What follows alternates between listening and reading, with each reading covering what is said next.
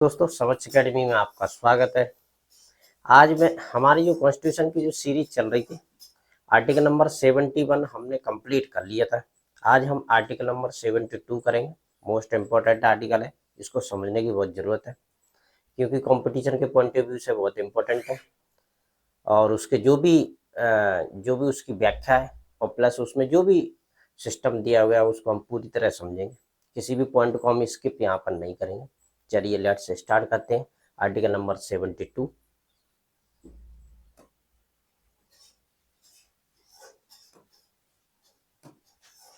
अनुच्छेद 72 या article number 72 वो क्या कहता है, बेसिकली हम इसको यहाँ पर समझ लेते हैं। अनुच्छेद 72 क्या कहता है? राष्ट्रपति को क्षमा करने यानी कि क्षमा करने की शक्ति, power of the grant pardon, यानी कि राष्ट्रपति को क्या है, क्षमा करने की शक्ति प्रदान करता है। बेसिकली कौन सा? Article number 72। इसको बेसिकली आर्टिकल नंबर 72 यह कहना चाह रहा है। और क्या करता है? प्रदान करता है। यह एक महत्वपूर्ण कार्यकारी शक्ति है जो देश के सर्वोच्च पद पर आसीन व्यक्ति को प्रदान की गई। यानी कि क्षमा करने की जो शक्ति है, देश का जो सर्वोच्च पद है, हमारे देश का जो सर्वोच्च पद है राष्ट्रपति का, उसको प्रदान की गई और किसी व्यक्ति को नहीं प्रदान नहीं की गई। एक और सर्वोच्च पद है उसको भी प्रदान की गई है। दो बेसिकली सर्वोच्च पद है, उनको ये क्षमा करने की शक्ति प्रदान की गई है। और देखते हैं इसमें और क्या इसका मुख्य उद्देश्य क्या कहता है कि उद्देश्य न्यायिक प्रणाली, यानी कि न्यायिक प्रणाली में जो भी में होने वाली किसी भी संभावित त्रुटि के लिए एक सुरक्षा वॉल्व यानी सेफ्टी वॉल्व के रूप में कार्य करना है। यह इस बात को सुनिश्चित करता है कि न्याय की डोर किसी तकनीकी खामी के कारण न छूटे और दया व करुणा के सिद्धांतों का पालन हो।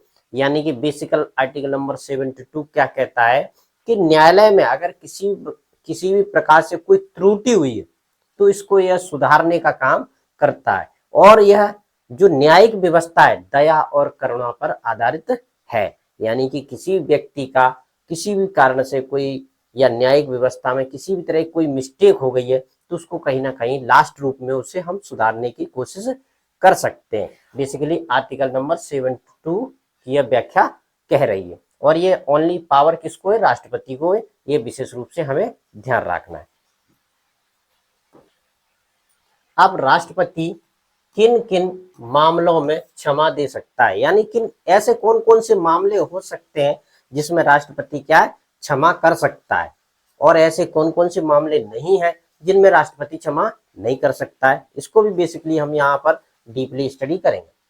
कोई भी मामला, यहाँ पर उन्होंने कहा है कोई भी मामला जहां दोष सिद्धि, ऐसा कोई भी मामला हो जहां पर दोष सिद्ध हुआ हो और एक संघीय कानून यूनियन लॉ के अंतर्गत हुई हो। यानी कि ऐसा कोई भी व्यक्ति जिसके ऊपर दोष सिद्ध हुआ हो और जो भी भारत का लॉ है उसका उसने वायलेशन किया हो, उसके अकॉर्डिंग ही वह क्या करेगा, राष्ट्रपति क्षमा कर सकता है। और देखते हैं क्या है इसमें।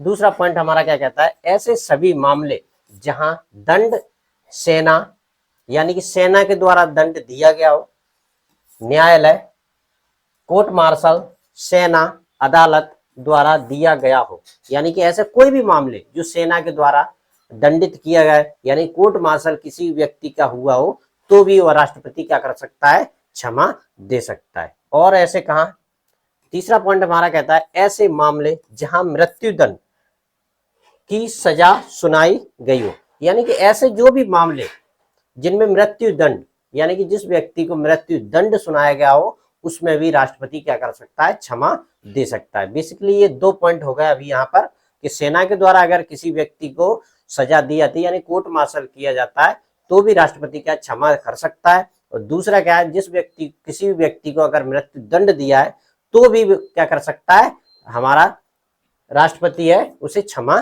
प्रदान कर सकता है। चलिए और इसको समझते हैं हम। महत्वपूर्ण बिंदु यानी कि इसके इंपॉर्टेंट फैक्ट क्या है, यानी कि दो मामलों में हमने यहाँ पर समझ लिया कि राष्ट्रपति दो मामलों में क्षमा कर सकता है। पहला कौन सा है? अगर किसी व्यक्ति का कोर्ट मार्शल हुआ हो, सेना के द्वारा उसे दंडित किया गया हो, तो वह राष्ट्रपति क्या कर सकता है? क्षमा कर सकता है। दूसरा, किसी व्यक्ति को मृत्यु दंड दिया गया हो तो भी राष्ट्रपति क्षमा कर सकता है। दो मामलों में यहाँ पर है। अब इंपॉर्टेंट है इसके फैक्ट क्या है, इसको भी हम यहाँ पर समझ लेते हैं। राष्ट्रपति की यह शक्ति केवल संघ सूची, यानी संघ सूची है, यूनियन लिस्ट के अंतर्गत आने वाले मामलों पर लागू होती है। यानी कि राष्ट्रपति की यह शक्ति किन मामलों में लागू होती है? यूनियन लिस्ट में जो भी लॉ आते हैं उनमें सब में यह पावर क्या है? लागू होती है।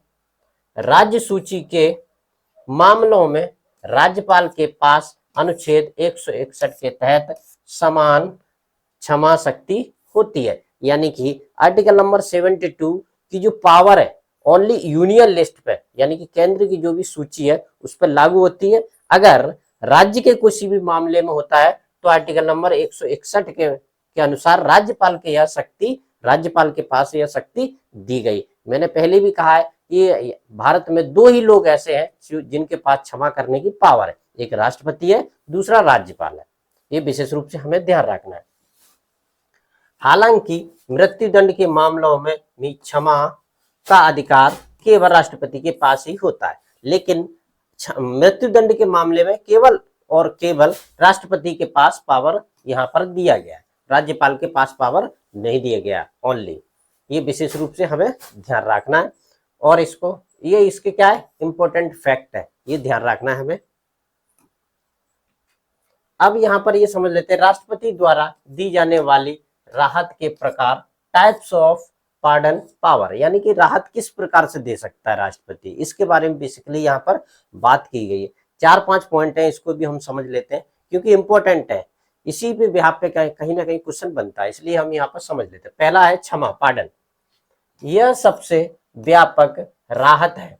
इसके तहत दोषी व्यक्ति को सजा से पूरी तरह से मुक्त कर दिया जाता है और उसके सभी दोष और दंड माफ कर दिए जाते हैं। यह उसे एक सामान्य नागरिक का दर्जा वापस दे देता है। यानी कि पहले नंबर की क्षमा है वो पूरी तरह से, आपने जो भी कृत्य किया हो, जो भी काम किया हो, पूरी तरह से अगर राष्ट्रपति ने क्षमा कर दिया तो आपके जो भी आपके दोष सिद्ध हुए पूरी तरह से क्षमा हो जाएंगे और वापस एक सामान्य नागरिक की तरह आप जीवन जी सकते हैं। पहला नंबर का है। दूसरा पॉइंट हमारा क्या कहता है? लघुकरण। ठीक है, इसको हम समझ लेते हैं। इसका अर्थ है सजा के स्वरूप, यानी सजा का जो स्वरूप है उसको बदलना। इसमें कठोर सजा को हल्की सजा में बदल दिया जाता है। उदाहरण के लिए मृत्युदंड को आजीवन कारावास में बदलना, यानी कि लघुकरण करना। यानी कि कोई भी अगर आपको मृत्युदंड मिला हुआ है तो क्या हुआ? आजीवन कारावास में बदल जाए, यानी कि सजा को कहीं ना कहीं कम कर देना। उसकी जो टॉप लेवल की कैटेगरी है उसको थोड़ा सा सेकंड नंबर पे लागेगा, जिसको हम क्या कहते हैं? लघुकरण, यानी कि उसकी सजा को क्या थोड़ा सा कम कर देना। तीसरा नंबर विराम। तीसरा नंबर पॉइंट हमारा क्या कहता है? इसका अर्थ है सजा की अवधि को कम करना। सजा की जो अवधि है, टाइम ड्यूरेशन है, उसको कहीं ना कहीं कम कर देना। बिना सजा के स्वरूप को बदले, जैसे 2 साल की सजा को 1 साल में बदले। यानी कि सजा का जो स्वरूप है उसको नहीं बदलना है, ओनली सजा का टाइम। यानी कि मान लीजिए आपको 10 साल की सजा मिली है, 10 साल की सजा को क्या है 5 साल में कन्वर्ट कर देना। यानी कि टाइम का ड्यूरेशन है ना कम कर देना, लेकिन सजा का स्वरूप नहीं बदलना। तीसरा नंबर हमारा पॉइंट ये कहता है। चौथा नंबर हमारा पॉइंट कहता है परिहार। इसमें क्या है? इसमें दोषी की सजा को उसकी विशेष परिस्थितियां, यानी कि दोषी की जो सजा है उसकी विशेष परिस्थितियों के अनुसार, जैसे शारीरिक अक्षमता, गर्भवती महिला आदि को ध्यान में रखते हुए कम कर दिया जाता है। यानी कि विशेष परिस्थितियां, अगर किसी व्यक्ति का शरीर ही सही तरीके से काम नहीं कर रहा है तो उस बिहाफ पे उसे क्या है? सजा को कम कर दिया जाता है। या फिर कोई भी प्रेग्नेंट महिला हुई तो उसकी सजा को कम कर दिया जाएगा या फिर माफ कर दिया जाएगा। ऐसी कोई जो भी विशेष स्पेशल कंडीशन बनेंगी उसके अनुसार यह पॉइंट नंबर 4 काम करता है। बेसिकली यह पावर किसके पास है, राष्ट्रपति के पास है। ये भी हम विशेष रूप से पहले समझ चुके हैं। और ये हमारा 5वां पॉइंट है प्रविलंबन। इसको हम थोड़ा सा समझ लेते हैं। इसका अर्थ है सजा को विशेष रूप से मृत्युदंड को अस्थायी रूप से स्थगित करना। यह आमतौर पर तब दिया जाता है जब दोषी व्यक्ति राष्ट्रपति से क्षमा की याचिका दायर करता है। इससे उसे याचिका पर फैसला होने तक की अतिरिक्त समय मिल जाता है। यानी कि कोई भी व्यक्ति हो, XYZ कोई व्यक्ति हो जिसे मृत्युदंड की सजा प्राप्त हो चुकी है, ठीक है, तो उस पे क्या है, जब भी वो क्या जब मान लीजिए सपोज दैट मान लीजिए किसी व्यक्ति को मान लो कुछ महीने बाद या कुछ साल बाद मृत्युदंड होने वाला, मृत्यु मिलने वाली, तो उसके लिए क्या है वो राष्ट्रपति के पास याचिका लगा देता है। उस टाइम के ड्यूरेशन के बीच में उसे वो रोक दिया जाता है। उस टाइम के जब तक उसकी याचिका लगी हुई है राष्ट्रपति के पास, उस टाइम के बीच में उसे रोक दिया जाए जब तक उसकी सुनवाई नहीं करे। इसे हम प्रबलंबन के नाम से जानते हैं। अब कुछ एग्जाम्पल है, क्योंकि मैं प्रत्येक आर्टिकल में आपको एग्जाम्पल भी बताते चलता हूं, जिससे क्या है जो भी कैंडिडेट है उनको क्लियरली समझ में आ जाता है कि ये वाला आर्टिकल बेसिकली कहना क्या चाहता है। इसको हम समझ लेते हैं। जैसे कि 1991 में राजीव गांधी की हत्या के मामले में 3 दोषियों, यानी कि राजीव गांधी की जो 1991 में हत्या हुई थी उसमें क्या है, जो 3 दोषी थे जैसे संथन, मुरुगन और पेरारिवलन, जिन्हें AGP के नाम से जाना जाता है, को मृत्युदंड की सजा सुनाई गई थी, जिसे बाद में आजीवन कारावास में क्या है बदल दिया गया था।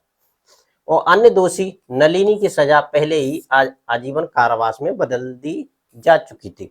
यानी कि 1991 में क्या हुआ था, राजीव गांधी की जो हत्या 3 लोगों ने मिलकर की गई थी, उनकी क्या सजा को किसने, राष्ट्रपति ने क्या किया था, आजीवन कारावास में बदल दिया था। अब इसका निष्कर्ष क्या है, यानी कि इसका कंक्लूजन क्या है। लास्ट में हम कंक्लूजन जरूर समझते हैं, क्यों नहीं, कहीं ना कहीं हमारा दिमाग में क्लिक होता है कि इस आर्टिकल का बेसिकली कंक्लूजन क्या हो सकता है। इसको भी हम समझ लेते हैं। भारतीय संविधान ढांचे की दया, यानी कि भारतीय संविधान जो भी है उसका ढांचा, जो भी स्ट्रक्चर है वो दया और लचीलेपन को दर्शाता है। यह एक ऐसी शक्ति है जो यह सुनिश्चित करती है कि कानून का पालन करते हुए भी न्याय मानवीयता बनी रहे, और यह केवल एक कानूनी प्रावधान नहीं है बल्कि संविधान की आत्मा का एक हिस्सा है, जो यह जीवन और स्वतंत्रता के अधिकार को सर्वोच्च स्थान देता है। यानी कि किसी भी व्यक्ति का, अगर मान लीजिए किसी व्यक्ति को मृत्युदंड की सजा हो गई है, तो कानून के अनुसार तो उसे सजा दे दी जाएगी, लेकिन उसकी जो व्यक्तिगत स्वतंत्रता और जीवन को जीने का अधिकार है उसको भी यह सर्वोच्च मानता है, और कानून को लचीलेपन के तौर पे यूज किया जाता है। अगर किसी भी तरह से किसी व्यक्ति पे कोई गलती हो गई है तो दया और करुणा की विशेषकर बात यहाँ पर की जाती है। इसीलिए भारतीय संविधान में को क्या है, स्वतंत्रता का सर्वोच्च अधिकार माना गया है। आई होप आर्टिकल नंबर 72 आपको समझ में आया होगा। इसी तरह के कंटिन्यू आपको वीडियो मिलते रहेंगे। समक्ष एकेडमी को लाइक करें, शेयर करें, सब्सक्राइब जरूर करें।